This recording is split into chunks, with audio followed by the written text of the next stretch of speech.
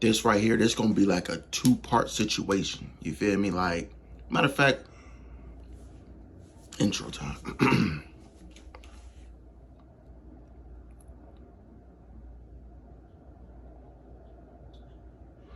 Welcome me back. Welcome me back. How are y'all doing out there, man? I've been gone, missing action. I apologize.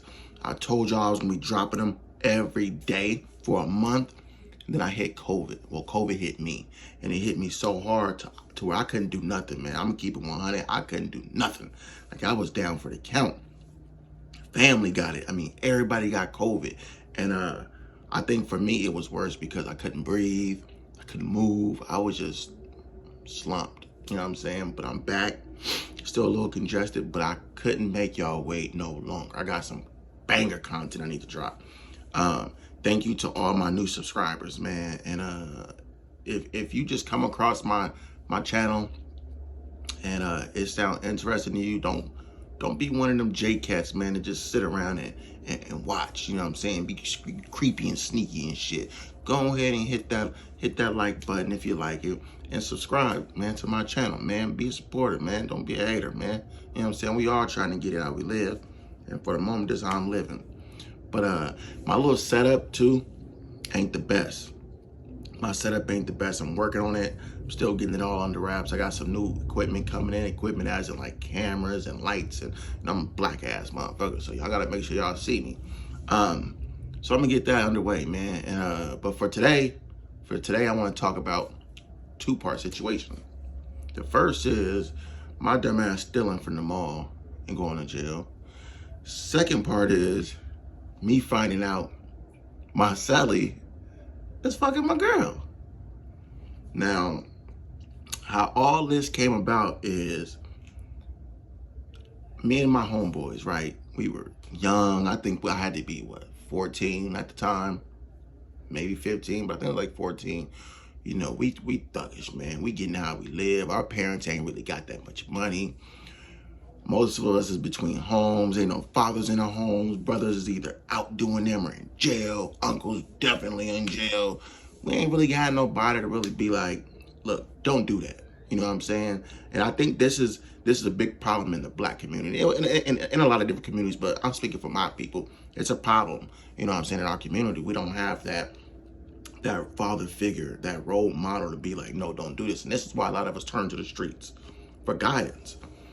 And it's sad to say, a lot of us grow up in the streets, man. A lot of people are turning to men from being in the streets. I'm not saying that if you stay in a house with your mommy and your sisters, you're gonna be, you know what I'm saying, but I'm just saying, you get what I'm saying? All right. But anyway, on this day, we out mobbing, we looking for shit to get into, we bored. And this is the worst time to really find stuff to do when you're bored. See, when you're bored, it's best to just stay in the house, because that's when you start getting in trouble. But at this time, we're bored, and we're like, we gotta get money. I even think I was smoking weed at the time. I don't really know. Probably was, I don't know. But I don't know what we needed money for, man. It's a long time ago. But anyway, we needed money. And if anybody familiar with Arden Mall, you feel me? Like there used to be a Toys R Us at the mall. And I swear to God, right hand, I swear to God, I'm running. I'm tripping. I just had a brain fart. See, that's another part of that COVID shit, y'all. Your brain, you'll be thinking about something and just poof, be gone. You feel me? But back to what I was saying. So there's a Toys R Us, right? Boom, at this mall, there was a Toys R Us. You know those people who get in trouble and gotta go, like, during holiday time, they gotta go stand in front of stores, and when they had a little jar and they be asking for money and shit. I don't know if they get in trouble. I know some of them be ringing a bell. I don't know. But I seen that, and I'm like, oh, this nigga about to get robbed, right? Because I'm seeing, and this is a white neighborhood, so I'm seeing all the people put the money in there. So I stepped there and I watched 20 people put money in there. And I was like, even if that's $21, $21 bills, that's $20. And that's just from what I've seen. Ain't no telling how long he been out here. Ain't no telling how many other people didn't put money in this jar. So instantly I'm like, bro, we own it. Y'all, we on it. So here I go. I'm trying to strategize a plan. I'm the chubbiest, the biggest out of the bunch. And these fools talking about, you gonna get the money and run. So I'm already up here with it. Nah, y'all ain't about to get me for no motherfucking robbery. Y'all tripping. So we was gonna do a relay. So I was like, no, we doing a relay. I know off the drip, when I grab it, if I grab it first and take off, he gonna see my fat ass. I can catch him. But he ain't gonna know y'all with me, and I'm gonna pass it off. Once I, run out of breath, I'm passing it off. And the next man could keep on moving. Man, so I get a good, this is where I messed up. I needed to run and start, right? Because I was going to act like I was jogging by, grab, and take off. So I did that. There was like a Burger King. I started running by the Burger King, right? Now this is a good, and we speaking in yards, let's say 5, good 8 yards away. And I'm running, full sprint, running. By the time I grabbed that motherfucking money, look bro in his eye, he shook. He like, what the fuck? I'm out of breath. My fat ass is completely out of breath. I get across the street. I'm looking for these niggas. They in front of me. I'm like, bro, y'all don't grab this damn thing. So I look behind me, dude on me like, hey, I need that money, stop. I shoved, woof, throw the money to my boy. Now this nigga like Forrest Gump on crack. He got dope fiend wheels. I pass it to him and I turn around. The dude, I'm like, bro, what's happening? Like, nigga, that's my money. What's happening? Dude, like, bro, please, I need the money. He take off after my boy. I'm thinking, well, my bigness and my darkness is going to, make bro be like, oh, this big black motherfucker, let me stop. He melted a little bit, but he was after that money. So he go and continue chasing him for the money or whatever. And then I'm out of breath, so I'm crossing the next street slow. They all then took off running. I know where they're at. So I'm like, I'm headed over there. And next thing I know, old boy is walking back towards me. He's on his way back. And I'm thinking, why is he coming back? Did he get the money? He walked past me like, you're fucked. And I was like, bitch ass nigga, right? Just like that, you bitch ass nigga. And I finally make it over to my boys. Now we're by this movie theater by now. We're at these movie theaters, Century, and we're all chilling. We counting our money out. It's a bunch of money in there. I think at the time it had to be a little over $1,000 in there, and there's 3 of us. So I'm trying to figure out how we about to divide this, right? We all dumb as hell, don't know math. I tell them, just give me 300. And we're counting it out. And next thing I know, I start hearing the helicopter circling. Now, I hear the helicopter, but I know this is normal for this city. It's normal to hear a bird flying over, whatever. Nah, the bird was on us. I mean, on us. Like, we're right here. The bird is like this. He on us. So I noticed I could see inside the helicopter. I noticed his head keep looking over, like he's looking at us. So I tell my boys, bro, we gotta break. We gotta go. So there's a levee, and my partner, my first partner, I'm gonna call him Forrest Gump on crack. That fool took off. He didn't even grab the money. He took off, hit that first gate, boom, and down into the levee. When he did that, we saw the sheriffs pull up on him. Ooh, ooh. They pulled up, get out, was like, you better fucking stop. You better stop. That boy was gone. They looked at us. When they looked over at us, that's when I was like, I gotta get up out of here. What I'm gonna do? So, well, back at the second dude that was with us, he darted the other way back towards the mall. He ended up getting caught doing that stupid ass shit. So here I am with the money sitting here because I'm out of breath. I can't run. So we're on these stairs, and the stairs we're on are at these, it's at a hotel. So my whole thing was to just come out. Like, I just came from my hotel room, right? So I come out, and by this time it's like 10 cops, right? They everywhere. I come down the stairs and they like, freeze, put your hands up, don't move. I'm like, man, I just came from my hotel room. Y'all tripping. I ain't doing nothing. And they like, staying at the hotel? I was like, yeah, me and my peoples are staying here. We chilling. I'm just coming outside to get some fresh air. I heard the helicopter. I'm trying to see what's going on. I'm being nosy. So I get in trouble for being nosy? And he like, well, we're going to hold you because we heard there was 3 black guys. I'm like, wow. Now, this is back when I didn't even know about the police being racist or any of that. I didn't know nothing about none of that, right? I'm young, 13, 14. So he's like, you match the description. There was 3 black guys and you're black, so we're going to hold you. And I was like, what? Really? Okay. So I knew at this point, like, I was screwed. If they had that guy still can identify us, I was done. So they locked me up. The helicopter ended up catching my boy in the levee way like a mile away, they said. Caught him like a mile away. Bruh ran a mile. Do you hear me? A mile. He was gone. I'm telling you. I don't know where Brad to this day, but he was a fast dude.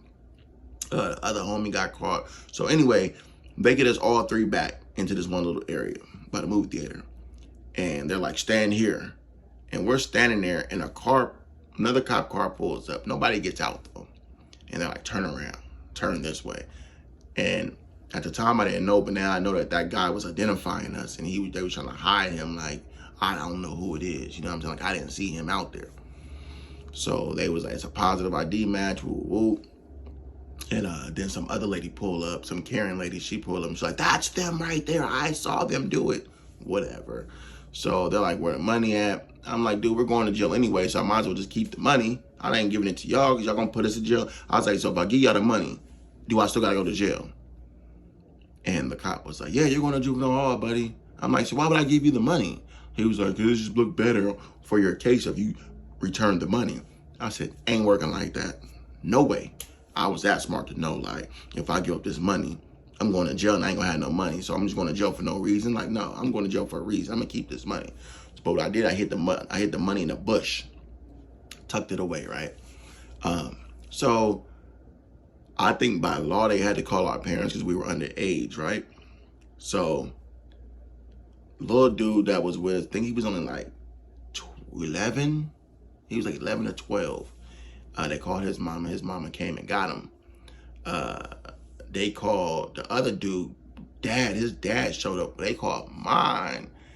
Nobody answered. Nobody showed up. And granted, they got called, but they still had to go to court. They gave him a little paper, promise to appears, whatever. Nobody answered the phone for me. So police had no other option but to take my little ass to juvenile hall. And that's what they did. So I get to juvenile hall. At this point, I had never been arrested, never even seen juvenile hall. I'm like 13, 14. I'm like, whatever, let's get it cracking. Like, it's whatever. So I get up in there, and dudes are sizing me up, mugging me. I'm like, bro, I'm supposed to be embraced. Y'all my peoples. Nah, it ain't like that. Even in juvenile hall, CYAs, it's not like that. So I get up in there, and niggas instantly, where you from? And on that hype. And at this time, I'm already in my mind like, I'm about to have to fight a bunch of motherfuckers, so it's on. I'm haymakering. Ain't no dancing around. I'm throwing all haymakers. I'm gonna knock somebody's shit, right? So I get my cell, my first celly in North Daniel, right? He from up here, and he was cool. Dude was laid back, chill, but he had a fucking odor on him, like he just smelled like ass, man. I couldn't stay in that cell. Like, every time he moved, it just, like, he didn't know how to wipe his ass or something. I don't know, but I couldn't stay in that cell. So I immediately got up out of his cell. I was in there for like 3 days. I had to get up out of there, right? My next celly was a dude from the Bay Area, right? But he lived out here, you know what I'm saying? And I get in there with him, and we hit it off cool. Like, we chopping it up. We into some of the same things. We talking about crimes we didn't get caught for, you know, just dumbass kids shit that we shouldn't have been doing in that cell, knowing they watching us. And we in there just talking and whatever, and before you know it, we start talking about females. Now, even in like prisons, jails, juvenile halls, everybody do the same thing. We brag about shit we don't have. So I'm in there like, I got 8 females and I'm living this lavish life at 13, 14. Yeah, right. So He doing the same thing though, and we conversing. And I'm get to telling him like, yeah, my chick sent me a letter or whatever, and I'm reading my letter, and he like, oh man, I got one today too. And he read his letter, and we ain't even like, oh, what's your girl name? Until like weeks down the line. I think he had I was telling him about the movie theater, how me and my chick went to the movie theaters, and I bust her down in the movie theater or whatever. He's like, man, I bust my chick down in the same movie theater. I'm like, what? I'm like, yeah. Then my chick sent me a picture, and I was like, oh, she got her hair did? That's what's up. She always wanted that color in her hair. And he was like, well, what, the yellow shit? I'm like, what do you mean yellow shit, bro? You saw my picture. He's like, nah, my chick said she wanted to get her hair did yellow. She had never, this was back when all the girls was getting the, I call them Skittle head rippers, you know what I'm saying? Back when they was doing all the Skittle hair shit, like when they was getting all the different color weaves put in their hair, it was back, right? Well, he looked at the picture and was like, bro, that's my chick too. And I'm like, bro, cut it out, nigga. That ain't your girl, bro. He like, bro, we did at the movie theater. We went to go watch this movie, the same movie she had me go watch. This woman was playing us, dog. Come to find out, yes, he was sleeping with her, and so was I. So I instantly hopped on the phone, get on the wall phone. Girl, you messing with, you know what I'm saying? What's happening? And she like, oh, he in there too, yeah. That's my ex. I made him before you. Hop on the phone, bro. What were you fucking with it? Oh, I'm caught up. She was caught up then, right? So I instantly rip up her shit, throw it all away. I ain't messing with her no more. It's a wrap. Oh boy, he's still lightweight going to the payphone throughout the day. So I'm like, is he calling her? Now I'm getting, even though I was done with her, I was still mad because I'm like, bro, if I told you she was mine first, you should be able to drop that. Like, even though he didn't have to, but in my mind, I'm like, if you'd have been like, bro, that was my chick before you, you know what I'm saying? She playing you, I'll leave her alone. Like, my bad, bro, I didn't mean to, you know what I'm saying, do that. He was still sneaking over there to the phone. He was still getting letters, cuffing them, and I'm trying to read them. He cuffing them. So now I'm mad. So now when he come back to the cell, this is like 4 months down the line, he come back to the cell. I run up on him like, nigga, what's happening, nigga? So you still trying to talk to my bitch, right? Even though I ain't fucking with her, but now I'm mad. This nigga like, yeah, nigga, I'm trying to, bow, fire on him. I fire on him, bro. And we in there squabbling, right? He's smaller than me, so I'm dipping his little ass. Boom. I'm picking him up. Boom. COs, they come to the door, they mace us or whatever, tackle us down. And I don't know if y'all ever been to juveniles or these CYAs, but them dudes treat us like shit. I mean, they don't even treat people in the pen this way. You know what I'm saying? They dipping us, they grabbing us, they choking us, they slamming us, they fucking us up. So I finally get up and they go in, what happened, what's going on? Like, he fucking my bitch or whatever. And OG was cool. He just like, brother, like, come on, G, you fighting over a chick, bro? Really, over a chick? And when he did that to me, I was just like, he explained to me, like, basically, you don't fight over no woman. Like, let him have her. You know what I'm saying? Like, it's a lot of more women out here, bro. You young, you feel me? And he right. I was only like 13, 14. I shouldn't even been tripping off a chick like that. But that was my chick, period. I don't care. I was ready to ride for mine, right? But anyway, me and him, we kids, so we sort that shit out. And I get out. I say like a year or so later, I get out. And I go up to her. I'm like, knock at the door, see her mom, hey, your daughter here. She comes to the door and she crying like, I'm sorry. I didn't mean to do that. And it never happened again. Whoa, whoa, whoa. And I just looked at her and I was like, it's a lot more fish out here in the sea. Bye. And because that's what dude, I was young, right? So that's what dude had told me. I was like, it's a lot more fish out here in the sea. Bye. Turned around, walked away. I never talked to her. To this day, I don't even know where she at. I didn't even think to look her up. Hell, if I know, she probably following me and just watching from a distance. I don't know. But that was a cold experience, man, losing my chick that I loved a lot. Lost her to my celly, man. And it's like that in most places you go, like, especially if you live in a city where women get around, you know what I'm saying? Like, especially if you gonna be locked up with somebody who know your chick or somebody who knows somebody you know. It's just like that. And that's how it happened, man. Like, I'm sure she was dogging other dudes too. You know what I'm saying? She probably, to this day, she probably still dogging dudes, but I ain't got to worry about that. You know what I'm saying? About my case, I ended up getting a year. I ended up doing a little more than a year because I was in trouble getting in fights and shit. But they charged me, yeah, for robbery. And the other dudes, I didn't see them. I didn't even see them dudes when I was in juvenile hall. I didn't see them. I don't know if they was on a different side, a different dorm. I mean, I don't know. I didn't see them dudes. I ain't seen them no more after that, period. So, wait a minute. I didn't see them motherfuckers. But they wasn't in court. I ain't read the paperwork either. See, I'm older now. Now I'm thinking back. These niggas probably told on me, copped the plea, and told on me. Because I never saw them in there. I got to get back to y'all with this one. I got to find out. Because one of them punk ass